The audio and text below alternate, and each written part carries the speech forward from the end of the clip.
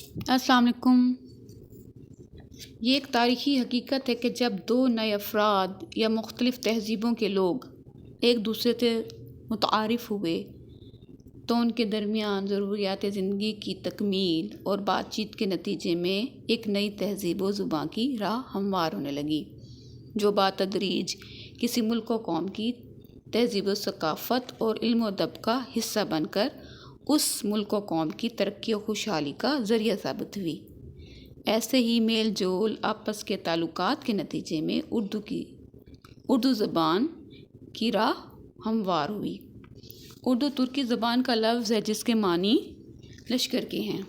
उर्दू को लश्करी ज़बान भी कहा जाता है क्योंकि इसमें मुख्तलिफ़ ज़बानों का इम्तज़ाज शामिल है, यानी मिलाप शामिल है। ये मुख्तलिफ़ ज़बानों से मिलकर बनी है, जिसमें अरबी, फ़ारसी, तुर्की, हिंदी और कदीम सिंधी ज़बान शामिल है। 1973 के आइन के मुताबिक हमारी कौमी ज़बान उर्दू मुकर्रर हुई। हर अदवार के शोरा ने उर्दू ज़बान को कुछ अपनी शायरी में इस तरह बयान किया है: उर्दू है जिसका नाम हम जानते हैं दाग, उर्दू है जिसका नाम हम जानते हैं दाग, सारे जहां में धूम हमारी ज़ुबान की है।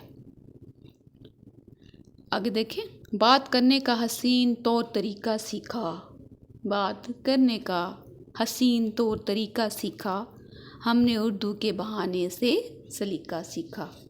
आखिरी शेर मुलाहिज़ा फरमाइए।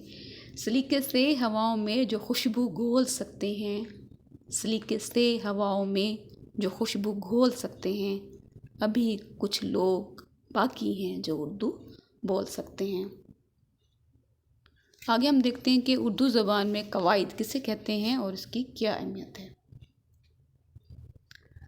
कायदा की जमा कवायद हैं। कायदा के मानी असूल व तरीके के हैं, जिन कायदों और असूलों की मदद से ज़बान को सही बोल सकें और सही लिख सकें कवायद कहलाते हैं।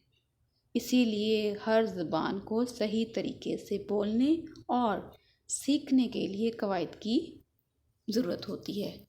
हम इसको इस तरह भी कह सकते हैं कि जब हमें ख्वाह कोई सी भी लैंग्वेज या ज़बान सीखनी हो, उर्दू हो, अरबी हो, फ़ारसी हो, तुर्की हो, कोई सी भी ज़बान हो, हमें उसको सीखने के लिए उनके कवायद व ज़वाबित या ग्रामर को सीखना बहुत ज़रूरी होगा।